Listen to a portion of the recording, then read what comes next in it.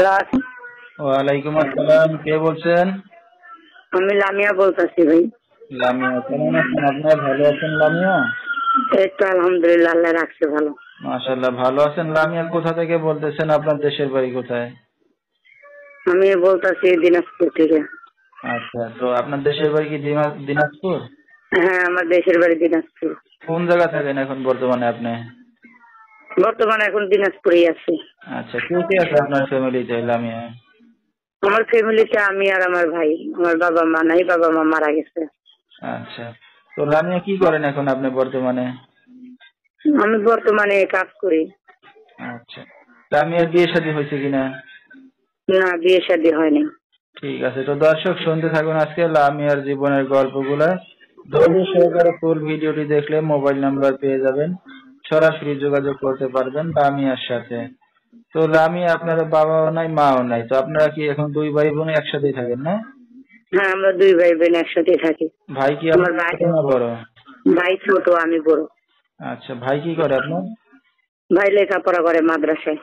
আপনি কতদূর লেখাপড়া শিখছেন? আমি লেখাপড়া শিখতে পারি না, 5 পর্যন্ত করছি। আচ্ছা, তো কি কাজ বাজ করতেছেন এখন বর্তমানে? এখন আমি বর্তমানে সেলাই মেশিনের কাজ করতেছি। কাজ বাজ করতেছেন, তো এখন যেখানে আছেন নিজেদের বাড়িঘর না বাসা ভাড়া নিয়ে থাকেন? না, বাসা ভাড়া নিয়ে থাকি। আপনার বাবার জায়গা সম্পত্তি নাই কিছু, ঘর বাড়ি? জায়গা সম্পত্তি আছে, বাড়ি ঘর ভাঙে চুরে গেছে, তো থাকার মতন কোনো ব্যবস্থা নেই। আচ্ছা আচ্ছা, তো আপনার আত্মীয় স্বজন আর কেউ আছে আপনাদেরকে দেখার মতো, দাদা দিদি কাকা বলতে? আত্মীয় স্বজন সবাই আছে, টাকা পয়সা না থাকলে কেউ কারোর না পৃথিবীতে, এটা তো সবাই জানেন। বাবা না থাকলে চাচার বাড়ি থাকে না, মা না থাকলে মামা বাড়ি থাকে না। হ্যাঁ হ্যাঁ, এটা ঠিক আছে কথা। তো এখন এই যে আপনি নিজে কাজ বাজ করতেছেন, বিয়ে শাদী হয় না, সব বিবাহিত মেয়ে, তো আপনার ভবিষ্যতে কি চিন্তা ভাবনা আছে বা কি উদ্দেশ্য করে আসছেন মিডিয়ার সামনে? ভিডিওর সামনে আইছি ভাই একটা ভালো মনের মানুষের আশায়। যেহেতু আমার বাবা মা নাই, সেরকম টাকা পয়সা অর্থ সম্পত্তি নাই, যদি একটা ভালো মনের মানুষ পাই তাহলে জীবন সাথী করবো, সারা জীবন তার কাছে থাকবো। এরকম একটা মন মানসিকতা নিয়ে যদি কেউ ফোন দেয়, পাশে থাকে, দায়িত্ব নেয়, এর জন্য প্রতিবেদনে যাওয়া।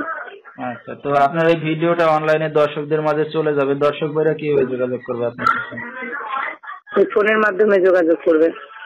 আচ্ছা, আপনার যে নাম্বারটা সেটা বলতে পারবেন আপনি? না, আচ্ছা, মুখস্থ নেই।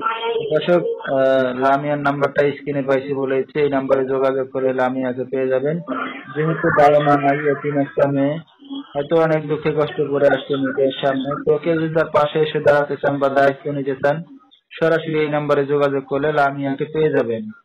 01839277326, এই নাম্বারটাই হলো লামিয়ার।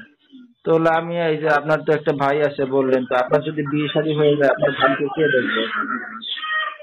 আমার ভাইকে তার যদি ভালো লাগে তাহলে দেখবে, আর যদি বলে যে না, তোমার ভাইকে দেখতে পারবো না, তোমার ভাই তোমারটা নিবে, আমার ভাই তো আর এখন ছোট না, বড় হয়েছে, তার ব্যবস্থা সে করে নিতে পারবে। এখন লেখাপড়া করতেছে, করতে থাকুক, পরে চাচারা আছে, আমাদের বাড়িতে জায়গা সম্পত্তি আছে, সেই ব্যবস্থা চাচারা আসছে, সেই ব্যবস্থা তারাই করে দেবে। আচ্ছা, মানে আপনার মনের মানুষ যদি মনের মতো হয় তাহলে বিয়ে শাদী করবেন, সে যদি দায়িত্ব নেয় তাও ভালো, আর না নিলে তাতে সে আপনার যদি রাজি মন আছেন? থেকে, হ্যাঁ, সে যদি মন থেকে নিতে চায় দায়িত্ব, যে বাবা মা নাই, তার একটা ভাই, তারা দুইটাই ভাই বোন, ঠিক আছে, তারে আমি দেখি, সে যদি মন থেকে নিতে চায় তাহলে আমার কোনো আপত্তি নেই, কিন্তু আমি নিজের থেকে কখনো জোর করবো না যে আমার ভাইয়ের দায়িত্ব না। আচ্ছা, ঠিক আছে। তো আমরা অনুষ্ঠানের একবারে শেষ পর্যায়ে কিছু বলার আছে লামিয়া?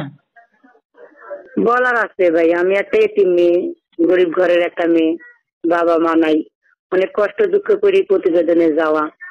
যে ভাই ফোন দেন, ভালো মন নিয়ে ফোন দিয়েন, যদি সারা জীবন পাশে থাকতে পারেন তাহলে ফোন দিয়েন, কথা বলবো, যোগাযোগ করবো, কোনো অসুবিধা নেই।